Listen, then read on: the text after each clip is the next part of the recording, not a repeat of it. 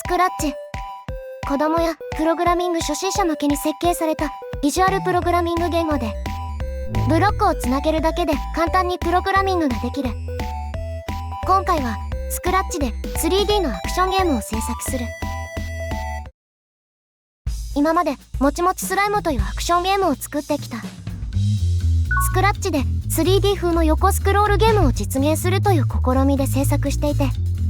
当たり判定の軽量化や高速な描画など当時の持てる技術を詰め込んだ作品だった。それも今となっては昔のこと。ここらで今までの成果とやらを発揮してみようじゃないか。ということで制作を開始する。まずは完成目標の設定。とりあえず今まで通りスクロールするアクションゲームを作ることにする。もちもちスライムは今まで 3D 風のグラフィックで描画していた。そこで今回は完全 3D のゲームにしたい。そして外せないのはスクラッチで 30fps で動作させたい。あとは新しいアクションとして壁キックを追加する。とりあえずこれを目標に作っていく。まず 3D エンジンを作る。スクラッチには三角形を描画する機能がない。そこでペンという太さの指定のできる丸い線を描画する機能を使う。このように描画することによって線の数が少なく高速な描画ができる。頂点が画面外にある三角形を描画するにはスプライトを画面外にも移動できるようにする必要がある。スクラッチには画像の大きさ例のスプライトは大きさをインフィニティ%にできるというバグがあり、この状態は画面外に移動することができ、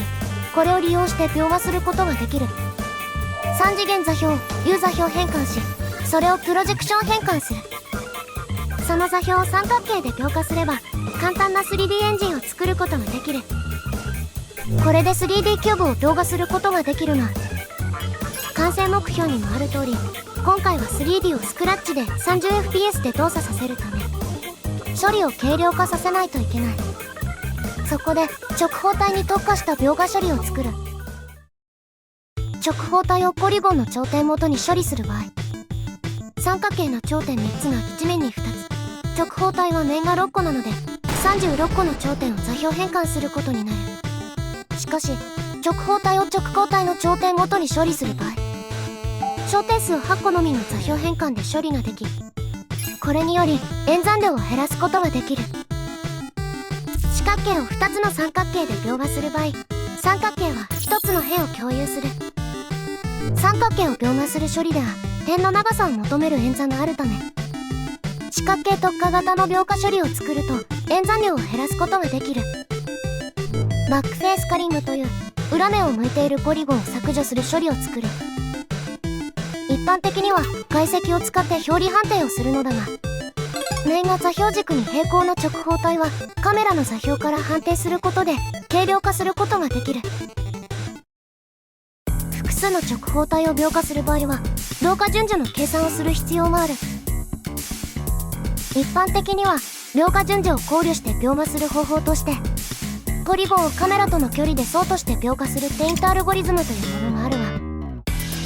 この実装方法はブロック同士が近かったり細長かったりすると正しく描画されないことが多い。また計算量も相当があるため工夫しない限りOだ N2乗になってしまい処理が重くなってしまう。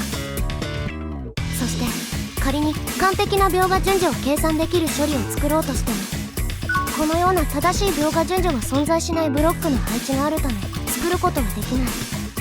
これを解決するために一般的なゲームエンジンなどではどのような処理をしているかというと、Z バッファ法など GPL を使った並列処理を行いピクセルごとに計算していることが多い。この処理方法をスクラッチで再現しようとしても、非公式の拡張機能などを使わない限りは処理性能的に現実的ではない。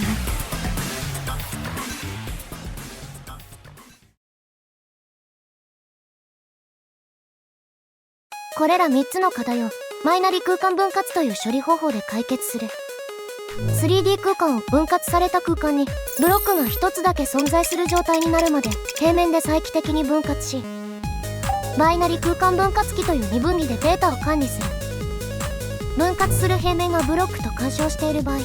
ブロックをその平面で分割し2つのブロックとして生成する。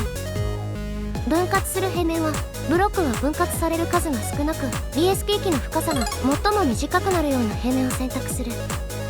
そうすることによって二分探索の最悪計算量を減らすことができる。このデータ構造を使ってどのように描画するかというと、構築した機構造を深さ優先かつカメラが存在する空間の方から描画していくと正確な描画が実現できる。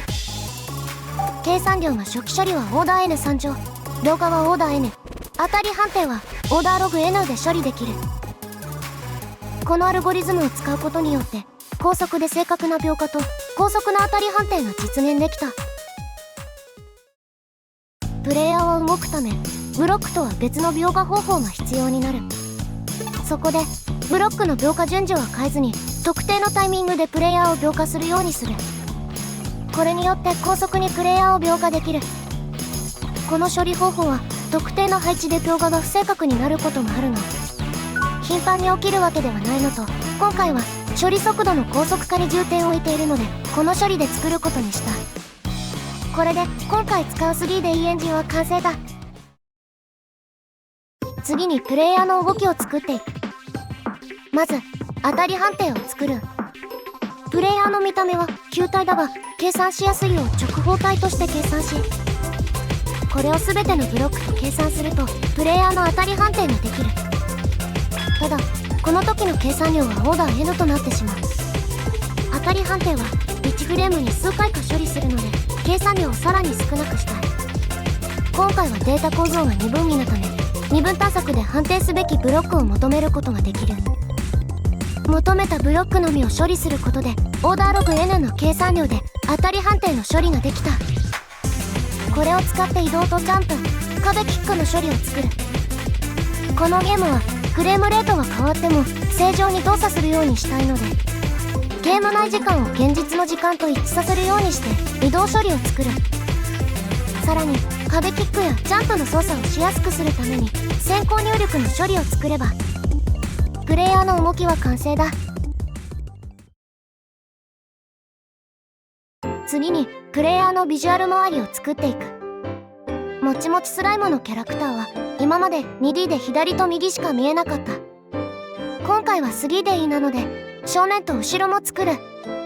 正面のデザインの初期案はこのように線対称だったが、目が合っているより反らしている方が可愛げがあるように感じたので目をずらしたこの案を採用した。キャラクターのモーションは今まで通り垂直方向のプレイヤーの速度により変形させようとしていたが、今回はよりもちもち感のあるように作ることにした。